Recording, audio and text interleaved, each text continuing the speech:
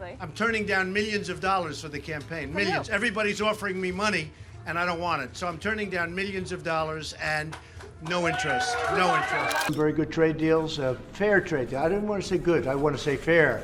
Fair trade deals for our taxpayers and for our workers and our farmers. When you think of Trump, you probably see a wealthy man, perhaps even a billionaire. In publications such as Forbes, he is regularly named among the world's wealthiest individuals. The majority of rational people detest Donald Trump for a number of reasons, one of which is that he constantly boasts about his wealth, much more than anyone should. It's frustrating when someone constantly boasts about how wealthy they are, but it's even worse when it's completely false. In this case, Trump claims to be immensely wealthy, but in reality, his wealth is considerably smaller than what he claims. Perhaps he is making up for something he isn't very proud of. It is not surprising that Trump is a pathological liar, given his tendency to distort the facts or to just start making up stories when he feels like it. It's astounding that he can't even afford the $500 million bail required in one of his fraud cases. He is trying very hard to avoid going to jail, but he is not able to raise the necessary funds. But I love the real estate business. I love the creativity of real estate.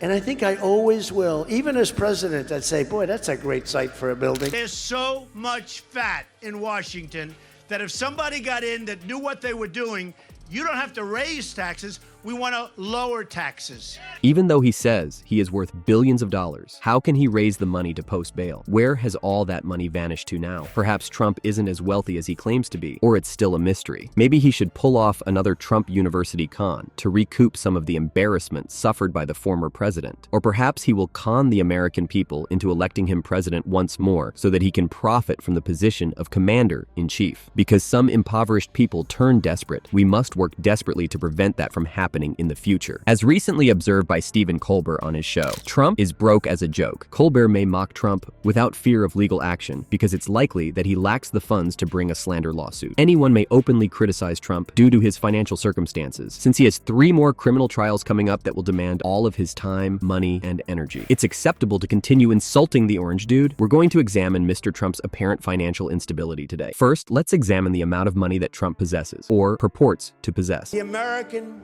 dream is dead. The greatest jobs president that God ever created. Free trade can be wonderful if you have smart people. You know, that would have knocked out the debt. What I would have paid it, I'll tell you this. Okay, but it still would take a huge chunk out It of would it. have taken 14%. And we have no debt. I'd do that all day long. I would do that all day long. In reality, it is widely acknowledged that Trump is worth approximately $7 billion. Not only does he lack funds, but a New York appeals court judge has ordered the former president to post $454 million in bond to keep the current judgment against him from being carried out. Trump is in a dire condition and cannot afford to post bond, according to his legal team. Trump reportedly made contact with at least 30, if not more, businesses to request funding to pay his bail. Trump and his legal team had until March 25th to acquire the necessary funds to post bond for a multi-million-dollar judgment. Even though he was aware that he wouldn't be able to raise the money in time, Trump attempted to request a lower bail amount or no bail at all, claiming that selling his assets would cause him irreversible harm. This is a ridiculous plea because we all know he will lose his appeal. If Trump is unable to obtain the bond, it will not look good. Officials will limit his legal moves and confine his hands to prevent him from pulling any practical jokes. They'll then go after his money. Experts advise that the first step should be to seize his bank accounts. The New York City sheriff must confer with state prosecutors before any money can be taken out of Trump's accounts. Obtaining a warrant to seize Trump's bank account may seem like a great idea, but it's important to consider the difficulties of seizing larger-scale assets like structures, businesses, and corporations. 500 corporations and LLCs will need some time to relinquish ownership before the sheriff can put them up for public auction and raise the $455 million judgment. You look at the economy, the real economy, not the fake economy. Everything they touch turns to what? Around they've seen. And sometimes, and I tell people, sometimes they go into a business where basically you can't be successful. You know, nobody's successful. Because we were starting to pile up debt. Because I've had it both ways in my own life. I've had debt and I've had not debt.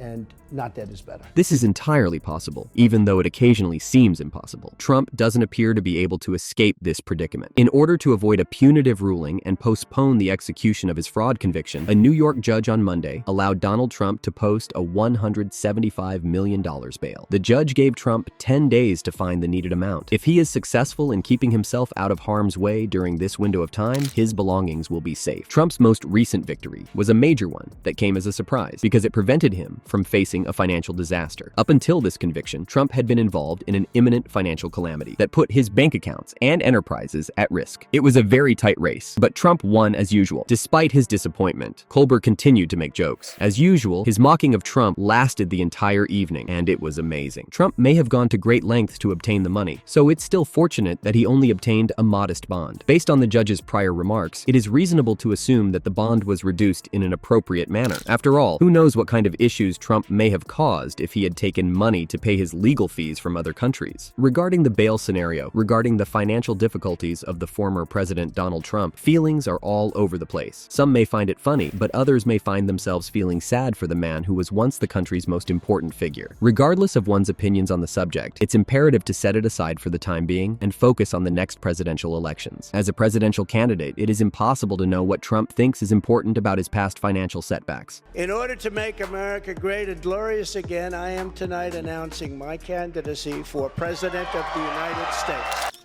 Maybe he's not as rich as he says he is. Second, maybe he's not as charitable as he claims to be. It's extremely complex. You spend millions of dollars on accountants and lawyers and all of this. You have deductions on top of deductions and his multiple bankruptcies, conviction, and now the substantial bail amount he must pay all cast doubt on his candidacy. Will voters' obsession with his shortcomings prevent them from looking past these issues and focusing on his policies? Late-night talk show hosts, such as Stephen Colbert, are likely to offer their own insights on the topic. Colbert will undoubtedly chastise Trump. He has recently achieved even more popularity by parodying politicians and their faux pas. Because that's just how Trump gets undressed. Oh, God! Just cut me out. Release my flesh from this polyblend prison. The jokes highlight how serious the situation is, even though they could make you laugh. As the president is a serious job, voters should carefully consider the candidate's morality and honesty. The choice of who will lead the nation for the next 4 years and its course will ultimately be made by the people of the United States. It is up to them whether they select a leader with a problematic past or someone who can infuse fresh perspectives into the Oval Office. is only looking at Trump, yet Joe Biden took massive amounts more documents, even removed many boxes to Chinatown. He owes about $650 million to Wall Street and foreign banks. My father was a worker, and he loved to work. He'd work on Saturdays, he'd work on Sundays. He just liked it. Whatever the outcome, it is imperative to remember that democracy is both a privilege and a responsibility that should never be disregarded. Donald Trump has always been a divisive figure, and his most recent comments reflect that. Even while some people might find his comments surprising, it's important to remember that they are consistent with his prior behavior. Due to his inflammatory remarks and questionable business practices, Trump has always been a divided figure in the public eye, given recent. However, his comments are posing more questions than just that. Another reason to be concerned is Trump's behavior, or lack thereof. Despite several warnings and entreaties from medical specialists, he persists in downplaying the danger of the COVID-19 epidemic and refuses to take the required actions to protect the American people. Never, ever call Chris Christie a fat pig, ever. Trump's speech was so embarrassing, the statue of Robert E. Lee surrendered again. We need Trump back to make our country great again.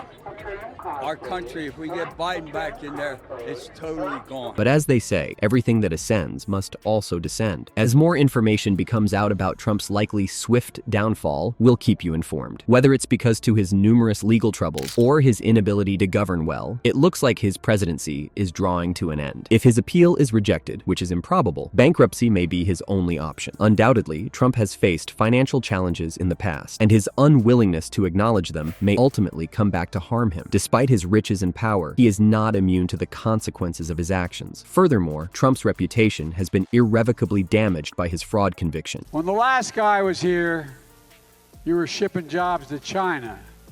Now we're bringing jobs home from China. And for our children, the best is yet to come. Thank you and farewell. He cannot deny this, no matter how hard he tries to spin the tale. His legacy will be permanently ruined by this blot on his record. To sum up, it's clear that Trump's time in the public eye is coming to an end. A president who prioritizes his personal interests over the well-being of the nation would be more beneficial to the citizens of America. Would you like to take up the cause of preserving democracy and preventing fascism from taking over the White House? Please help us in spreading the word about this movie and channel to everyone who needs to see the truth if you're sick of some politicians' outright lies and repulsive actions. Please share this video with everyone who thinks that the law applies to everyone by subscribing and clicking the like button. There is always going to be truth. Vote, subscribe, and maintain composure.